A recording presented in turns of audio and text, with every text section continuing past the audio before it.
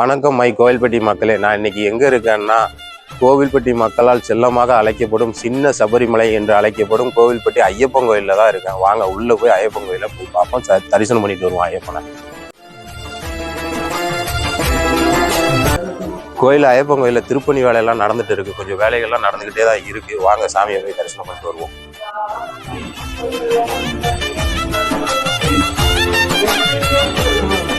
இங்கே ஐயப்பன் கோயிலில் ஐயப்பனுக்கு தனி மூலஸ்தானம் இருக்குது. அதே மாதிரி இங்கே வந்து ஸ்ரீ நாகராஜாவுக்கு தனி சந்நிதி இருக்குது, கன்னிமூல கணபதிக்கு தனி சந்நிதி இருக்குது. அது போக ஸ்ரீ மல்லிகைபுரத்து அம்மன் கோவில் சந்நிதியும் இருக்குது. ரொம்ப அமைதியான சூழலில் நல்லா சுத்தமாக நீட்டாக மெயின்டைன் பண்ணுறாங்க. ஒரு தடவை வந்தீங்கன்னா, இந்த பக்கம் வந்தீங்கன்னா வந்து சாமியை கும்பிட்டு போங்க.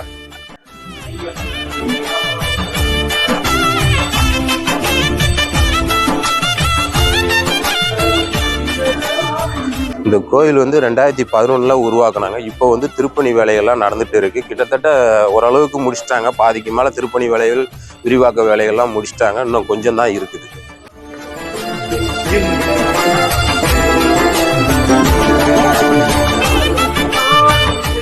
இந்த கோயிலோட சிறப்பே 18 படி தான். லாக்டவுன் காலகட்டத்தில் சபரிமலைக்கு போக முடியாத ஐயப்ப பக்தர்கள் வந்து இங்கே வந்து தான் சாமியை தரிசித்து 18 படி ஏறி திருமுடியை இறக்குனாங்க. அந்த அளவுக்கு சிறப்பான ஒரு கோயிலும் கூட. நீங்களே பார்த்தீங்கன்னா தெரியும்.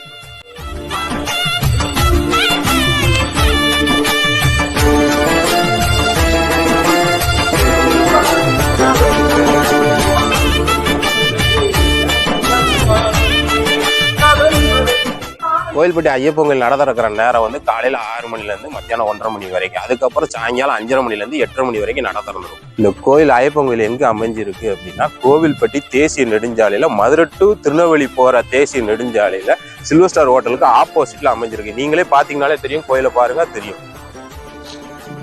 Madurai to Tirunelveli highways road இதுதான், இங்கே தான் அமைஞ்சிருக்கு. எல்லாரும் ஒரு தடவை வாங்க, ஐயப்பனை தரிசிங்க, நல்லதே நடக்கும். நன்றி, வணக்கம்.